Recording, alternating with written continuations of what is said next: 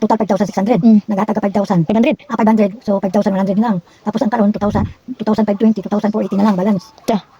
Ang tapos katong 4,001 dito ka kay atit mabayad na. Dito ka na mo karon mo kwarta. So dito kasi may bayad ang kanina inutang sa kuha. Dito ka na mabayad kay atit 8,000. Dili mo na ilibing nako, ma'am, nga anak man ko nimo, ma'am.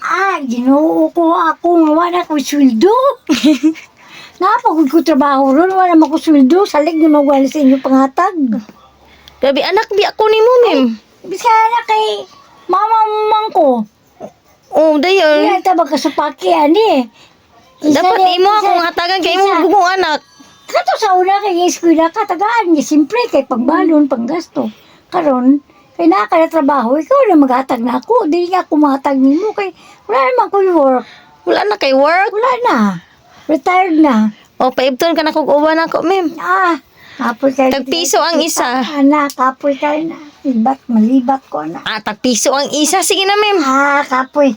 Piyara. So man kami mo eh. Gitaan ni Ter. Di man kita impasan lang ko na akong utang, ma'am.